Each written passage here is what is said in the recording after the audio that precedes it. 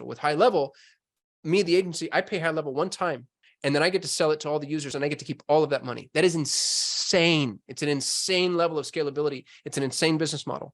So you as an end user might say, okay, I'm going to stop there. What I like to do is both. And I think most affiliates should be doing both. I think you should be using HighLevel, and then the ascended version, let's say the phase 2, the next step is to resell HighLevel and to sell it to other people that are also going to do the same thing. Show them the path to cash.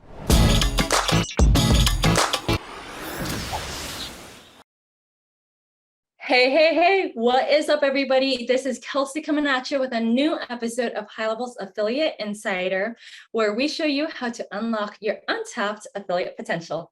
Today, I have with me Kasim. He's an entrepreneur, speaker, and author. He's the founder of one of the top-ranked Google Ads agencies in the world, and is also named one of the top 50 digital marketing thought leaders in the United States by the University of Missouri in 2020. Welcome to the show, Kasim. Thanks for having me, Kelsey. Appreciate you. Absolutely. It's always a joy to talk to you. So I'm super glad that we actually get to have this chat today, because I have a lot of what I think are awesome questions. I just wanted to get started by asking you how you actually found HighLevel. Through a client. We had a client come in who was very insistent that we used their HighLevel tech stack. And in the beginning, I was annoyed because I was like, dude, there's so many things that we have to do, and you're going to go make them even more complicated by throwing this brand new tool at me. And then we dove in and absolutely blown away. So we instantly, and I mean, like within a fortnight, had transitioned our entire tech stack over to HighLevel, had signed up as HighLevel users, had signed up as HighLevel affiliates. I don't often, Kelsey, see the opportunity. I'm usually the last guy to realize, like, oh, we should have been doing that thing. But with HighLevel, it was so painfully obvious that this is disruptive. And I'm pretty grateful. We got in relatively early. We weren't among the very first, but I think within a year of HighLevel in its current manifestation, we were HighLevel users. And I think that there were some benefits to me, but also some costs and risks to being early. So if somebody's watching this now, the benefit you have is it's a fully vetted system. Like, it's gone through QA. It's been, we've kind of figured out the way that it functions. And that's always helpful to step into as well. Got it. For anybody that hasn't jumped in and that doesn't know what HighLevel is, can you kind of explain in your own words, what is HighLevel and why you chose it? Yeah, it's the most robust marketing tech stack on the market. Here's what you can't do is you can't say, oh, HighLevel's a CRM. Oh, HighLevel's automation. Oh, HighLevel scheduling, because it's not. It's a toolbox, and it's a toolbox for marketers and marketing agencies. HighLevel is meant specifically for agencies. It's not meant for the end user. That's why the offering is opaque. Because if you're going to an end user market, then you have to say this very specific service to this very specific niche in this very specific way. But when you're going to technicians, tacticians, strategists, you can say, hey, here's everything that you can do. And then the technician or strategist says, cool, I'm going to use this, this, and this. So don't let yourself get overwhelmed by HighLevel. That's really important. And Sean talks about this all the time. You could roll out HighLevel just with social scheduling. You could say, hey, I'm just going to use the social scheduling tool feature, and I'm going to build an entire business around social scheduling. So think of HighLevel like your smartphone. Like, you don't ask somebody like, what can I do on the smartphone? It's a stupid question. The answer is pretty much anything. And if there's something that you think you can't do, somebody can build an app for that, which also happens with HighLevel. So HighLevel is an ecosystem unto itself that allows marketers to build on top of. It's almost like a coding language, a development platform. And it's exciting in a lot of ways in terms of the opportunity that it's opening up for all of us. So as you can tell, I drank the Kool-Aid. I'm very, very heavily indoctrinated. And what do you do on HighLevel? I've got a bunch of different businesses built on or around HighLevel. As an end user, as a SaaSpreneur, I'm going to use your terms, okay? And so as a SaaSpreneur, which would mean an agency that's reselling HighLevel to end users, I own an agency built specifically for Montessori schools. And it might be one of the things that I'm most proud of professionally. We created marketing assets for Montessori schools that would have cost any one of those schools tens of thousands of dollars to develop. But because we were able to create them in HighLevel one time and then clone them through the snapshot feature, We're able to give these schools amazing feature sets for a fraction of what they pay in a normal retail environment. Truly a fraction. And it's made a massive impact. You know, the average Montessori school owner is a 50-year-old female educator running a school out of a small house. So their ability to afford quote unquote real marketing services is limited, but because of the scalability allowed for HighLevel, we're able to give them massive value for very little, and it's very profitable. So that's my HighLevel business as an end user. I'm also a HighLevel affiliate. I think I'm a HighLevel super affiliate still, right? Am I in the top 10 still, Kelsey, or do you not know? You are in the top 10. Yeah, I just got a Tesla. So we resell HighLevel to other agencies. And I do that through very specific niches. I also use HighLevel for myself. So my CRM, my sales pipeline, my automation is inside of HighLevel, and that's for multiple entities. I own a mastermind, Driven Mastermind, the best mastermind in the world. I own one of the top Google Ads agencies on the planet. I'm just about to launch a membership site for a specific niche of real estate investors, and every single one of those uses HighLevel as a backbone. That's what I mean when I say it's a toolbox. Like, each of those industries and businesses are so different and so disparate, and yet each of them can use HighLevel in their own way. I think that what you're doing is super awesome and super inspiring. I think that a lot of people are striving to run an agency or have a presence in digital marketing, and they're struggling to do one, let alone do many. And a lot of people, when they're going down the agency route or the SaaSpreneur route, kind of struggle with this idea of like, why would I even want to be an affiliate for something else? Can you talk a bit as to why? Yeah, the affiliate truth is marketing? you might not. So, you know, I don't like to paint with a broad brush, and affiliate marketing is not right for everybody. What you might want to consider if you're listening to this is to be frank, I think using HighLevel from an agency perspective is an axiom. It's like, am I going to use the internet or not? You know, it's just kind of the next phase. It's in, and maybe to be a little less petulant, it's like WordPress. WordPress at a certain point reached critical mass and became the gold standard for websites. And it got to a point to where if you weren't using WordPress, you were at a disadvantage, your clients were at a disadvantage. And some of that has actually changed, but right now, HighLevel is the same thing. HighLevel is the ubiquitous truth from a tech stack perspective. So now the question is, well, am I an end user, a reseller, an affiliate, a service provider, a development partner? And that's up to you and your business model. For many of the people listening, maybe they just want to be the reseller and the SaaSpreneur. That's okay. I think one of the biggest opportunities as an affiliate is if you have a really strong niche that you can speak to. So if you say, hey, I'm a coach or a consultant for social media managers, or for, you know, people who sell this particular info product, or people in the fintech space, or, you know, my niche in the very beginning, where we got most of our traction reselling HighLevel, was I went straight at SharpSpring users. So I knew SharpSpring was a competitor to HighLevel. I knew that it was not as good from a technical perspective, in my personal opinion. And I also knew that SharpSpring kept the monetization potential. That's the beauty of HighLevel, is all the monetization potential is pushed to the agency. So if I'm an agency reselling SharpSpring, I'm basically a commission salesperson. Every user I put on SharpSpring gets the majority of the money, and they kick me back a little sliver, and they're constantly trying to, you know, decrease that sliver. HubSpot does the same thing. Entreport does the same thing. Infusionsoft does the same thing. They keep the monetization potential. With HighLevel, me, the agency, I pay HighLevel one time, and then I get to sell it to all the users, and I get to keep all of that money. That is insane. It's an insane level of scalability. It's an insane business model. So you as an end user might say, okay, I'm going to stop there. What I like to do is both.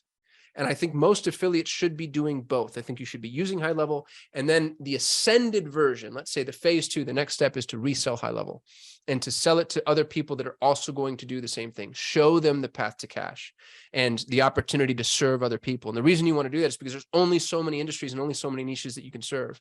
So it really depends on your comfort level. I wouldn't push anybody towards anything. The thing I do like about the affiliate model, though, to be honest with you, is, first of all, the commissions are unbelievably generous. At what is it, Kelsey? 40%? 40%. There is not another business in the world, and somebody spot check me on this. Tweet at me if you think I'm lying, at Kasim Aslam, Twitter. There's not another business in the world where you can get 40% recurring commissions in perpetuity for the life of a client for one referral. That is insane. You are getting, if you consider what it costs HighLevel from an OpEx perspective to manage that user, just in terms of the data they have to purchase, the tech stack, their customer service and support, you're getting more money to your pocket than HighLevel's taking. So you're effectively a business partner in one of the most exciting SaaS businesses in existence. So yeah, I think the affiliate program is an unbelievable value. I think we're still early stage. I don't think we're anywhere near critical mass. We're not going to reach market saturation anytime soon. And so, you know, and anybody who tells you that, I like hearing that from people. I like hearing, oh, good, you gave up. Because here's the thing is, if I'm marching out with my shovel to go dig for gold, and I found gold yesterday, and I know I'm going to find gold today, and I start passing by people who are like, oh, dude, there's no gold in them hills anymore. It's all done. There's too many people out here. I don't want to talk them out of that, right? I want them to stay seated and shut up and let me show you that I continue to do it. So that whole limiting belief paradigm really infuriates me for a lot of people. And it infuriates me not for the people that have it. It infuriates me for the people that they try to infect with it. Try it first. See the opportunity out and available. Because until every single end user or customer is using HighLevel, there's still an available market. And I don't even think HighLevel has reached 10% permeation. I mean, I know we have an end user count, so we could probably figure that out relatively quickly. But it's still blue ocean as far as I'm concerned. I'm sorry I got passionate there, Kelsey. You can edit out however much of that you want to. No, I actually absolutely loved all of it. I feel like I'm just swimming in questions right now because you just dropped so much amazing knowledge. That I think if anybody's watching this and didn't fully understand it, you got to watch this video again and again and again until you really hear what's going on. You talked about niching down a few times, and you talked about how you niche down. But what I don't see super often is people being able to niche down and then still be able to stay a top high-level affiliate again and again and again. Can you talk a bit about what you're doing now? Are you still niching down? Did you expand? Did you jump to a new niche? So I like the hourglass niche. What you do is you start broad enough. And this is my concept. Okay. So it's not well formed, and you can maybe help me articulate it better for the next time I try to explain it. I call it the hourglass niche. You start broad enough that you're able to see what works. Because if you niche down too tight too soon, you're in this little teeny tiny corridor and there's nowhere to make any mistakes. So, you know, you come out and say, oh, I want to go after retired nuns that watch, you know, When Harry Met Sally. And it's like, well, there's 4 of them and they don't want to buy HighLevel from you. So that's too tight a niche, right? So you start a little bit broad, and you might say to yourself, like, oh, I want to go after naturopathic physicians, or I want to go after SEO agencies. And so you kind of have a broader niche. And then the critical component is, as you start to see success, you begin to narrow your niche, and you're like, oh, SEO agencies are buying up HighLevel. That's great. Why don't I go after SEO agencies that have a bend towards local optimization, specifically Google My Business profiles? So now it's like I'm reselling HighLevel, or I'm bringing on HighLevel affiliates for local SEO agencies. And you could actually go one standard deviation deeper if you think you need to. And your messaging gets more specific, your sales conversation gets more specific, the explanation of the value proposition gets more specific. And so you decide where, and you can usually find this apex where you've niched down enough to where now things are really just flowing. The way that you know that is people can buy from an order form.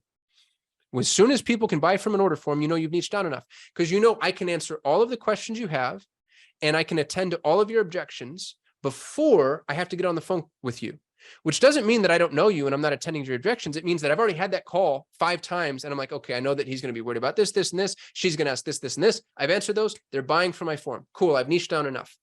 Now that's the top of the hourglass. Now that you niched down enough to the point that you just made, you exhaust that market, right? Because there's only so many people that are in that particular market in that particular time. And even if more are coming, it kind of starts like you get the great big hockey stick, because you get most of them. And then it either tapers off or it just maintains stasis, which is fine. You can't push a rope. So now you're going to open up the hourglass again.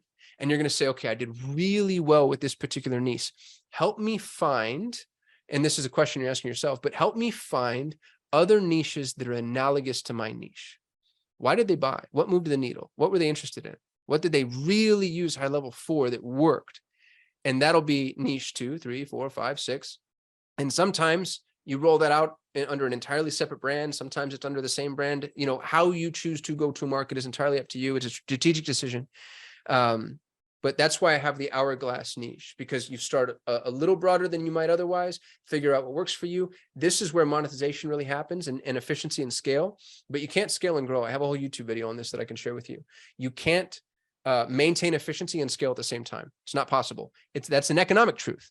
That's not just marketing. That's like the way that supply and demand work. It's like Adam Smith stuff, right? So you get hyper efficient and then you scale up again, and you can just keep doing that. You can just keep expanding out into other markets. I am blown away and overwhelmed by the potential in niche markets. I have an agency, it's $1 million agency that makes me $250,000 a year net to me, to my pocket, in a market that there's 5,000 of these businesses in the United States. Adjusted for margin of error, that's zero. There's only 5,000 of these businesses in the United States. All right. There's 40,000 chiropractors, right? There's 60,000 dentists. I have a six-figure net income built on top of a niche that effectively doesn't exist. You can do this in any market. You know, you could go after roller rings. I don't think they exist anymore, right? There might be like one in every major metro, but that's the beauty of this whole model. The SaaSpreneur model is scalability, because if you're charging, 300 people $300 a month, and I'll leave COGS aside, right? Because we know that it's an exceptionally high margin business. But if you're charging 300 people $300 a month, that's $90,000 a month. And let's say that, what are your costs of goods? What is your service costs? 10%, 20%, 30%. You're still at 80% margin, 70% margin, 60% margins. So multi six-figure monthly incomes are possible with models like this. But you just have to niche down and do the work. And nobody wants to do the work, Kelsey. Nobody wants to do the work. That is the infuriating truth of my life, is that people are like, well, that's why all that clickbait horse shit, make money in your spare time without any investment or time up front. And I'm like, well, if that were possible, this idiot wouldn't even be shooting this video. They'd be doing the thing that they're about to teach you how to do. So you have to niche down, make some mistakes, pound the pavement, fail a little. But when you get to the other end of it, you have a magic ATM. I've got a magic ATM. I put in $1 and I get $20 out every single time. I'm going to do that as many times as I can. I love that idea, because the hourglass totally makes sense. I feel like a lot of affiliates, a lot of people that find HighLevel feel like they need to use every single feature to complete, like, for every single client, and they just end up losing a lot of clients that way. And I think you're totally right. And it's not just that it'll go out and in and then back out to the same size. In my mind, it almost goes like in, and then it goes even further. Yeah, it's a broken hourglass, right? Like sometimes it tapers really tight. Sometimes it explodes massively. You might find a market that you don't realize, like, oh my God, this market is insane. Like realtors, for instance. Every third person in the United States has their freaking real estate license. And that's not an actual statistic. That's just how it feels. So if I'm going after realtors, that's a whole lot different than going after Montessori schools. But to the point that you're making, the hourglass paradigm works the same way. Works the exact same way. You start broad, you taper in, then you go broad again. And the cool thing about being an entrepreneur is you're not stuck to any single market. I don't just work with Montessorians, I also work with real estate. I don't just work with real estate, I also work with masterminds. I don't just work with masterminds, I also work with Google Ads. Those are 4 very different industries. Now, I focus on one at a time until I crack the code and can put an operator in it to run it, and then I move on. So I don't love that whole, like, oh, I run 9 businesses at once. No, you don't. You do nothing, and you're overwhelmed all the time. Go read, and I'm not talking to you, Kelsey. I'm talking to the proverbial you, but everybody should go read The One Thing by Gary Keller. I think it's the most important book an entrepreneur can read. I think it's the most important paradigm that anybody can integrate into their system. And it's perfectly applicable to HighLevel, because HighLevel is built to overwhelm you. And the nice thing about The One Thing is it teaches you how to narrow down that overwhelm, focus on the one thing, make that work for you, and then you can move on to your next one thing. I think that this is kind of the answer to the next question I wanted to ask, but I'm going to ask it anyways. Let's do it. I feel like you're obviously very successful, and a lot of questions that the common question that I get whenever I interview people in the comments is always like, yeah, but Kasim already has this, and that. What am I supposed to do to be an affiliate marketer and do something like how Kasim's saying? What do you say to these? Well, there's truth to The it. people watching. Yeah. So here's what's frustrating. I'm a deca millionaire. I have $10 million. And I'm not saying that to be arrogant. I'm saying that because it always frustrated me as a young man that nobody would talk about money. I didn't know where people ranked or what they were doing or how they were doing it. And so I didn't know how to benchmark myself against them. And I have, who's actually kind of a friend. I have a person I know who teaches people how to make money professionally. He's very famous. You've probably read his books. He has no money.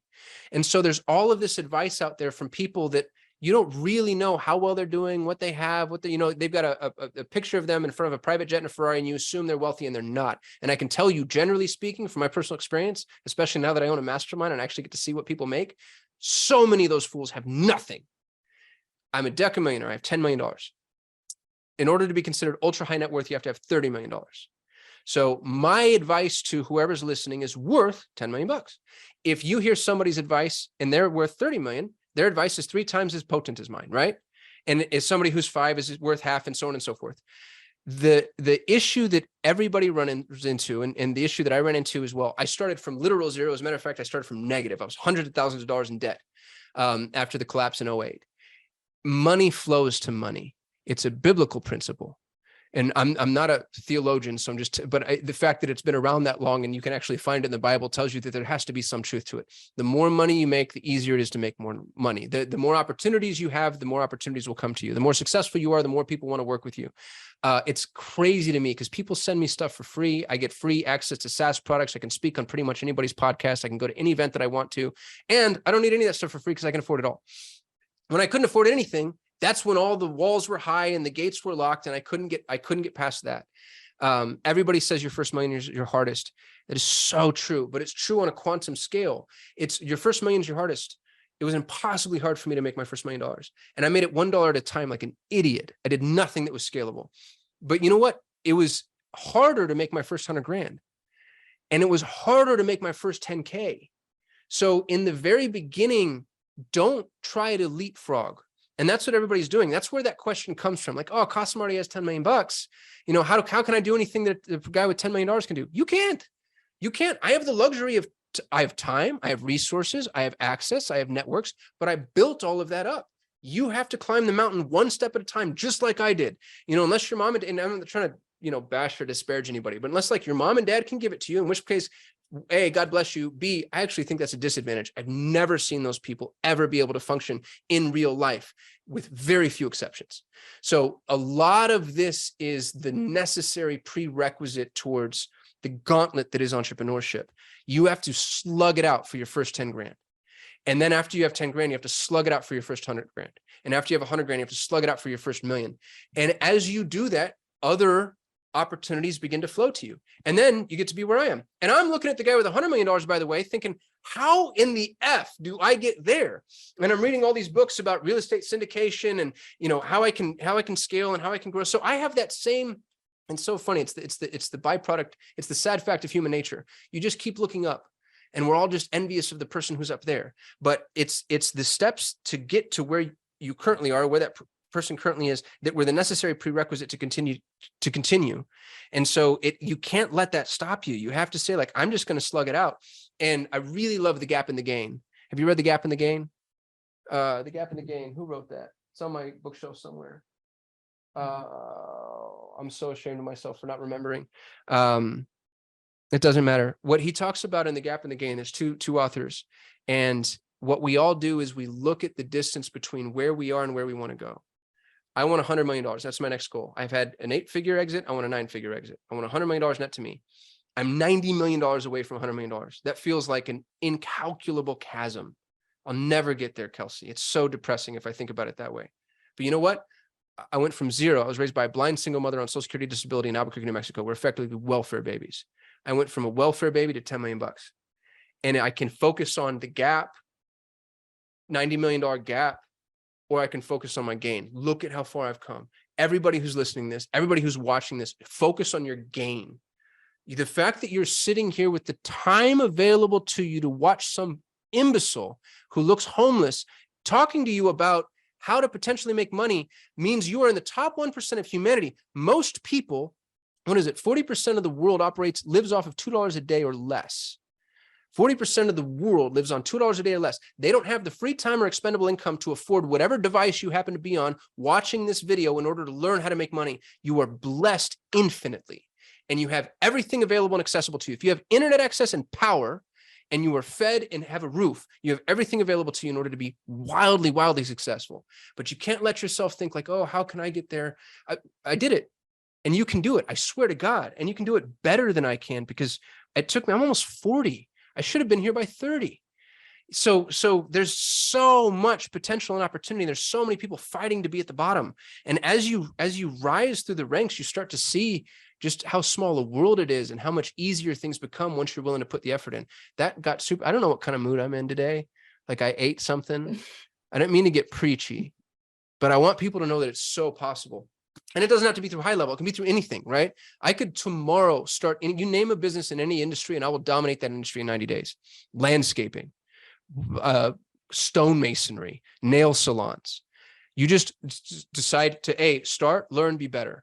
And that's not difficult to do. That's what HighLevel did. HighLevel, I think Sean Clark is probably the CEO that I look up to the most in the world, because I've never met a leader who has such a dedicated mind for service. All Sean does all the time, and I've seen him do it over and over and over again, is how do I serve my end customer? So he took the most competitive landscape in existence, which is SaaS, marketing SaaS. There was no way to break into the SaaS world from a marketing perspective. There's hundreds of millions of dollars being poured into companies like Infusionsoft and HubSpot. They had market dominance, thoroughly ingrained, critical mass, owned all the customers. And here's a guy who came in and he slaughtered them by having a mind and a heart for service. And so if we can do that, if you can find your market, find your niche, give first, give more, give last, what you'll do is you'll find that you're the only one doing that. And then you own that little niche. And then we play our hourglass game. Again, please feel free to edit the daylights out of this. I'm actually a little embarrassed at myself now. I hope not all of this makes the interview, but enough to where it helps. I am planning on including it all. It's part of the process of thinking, it's all part of it, part of the journey. Thank you for sharing your journey. Thanks for talking about all of these things. Inspirational as always. Is there any last remarks that you'd like to give for anybody watching this that's trying to break into affiliate marketing, that's trying to be an entrepreneur, or is trying to get to the next step? If you're watching this, you're doing what you should be doing.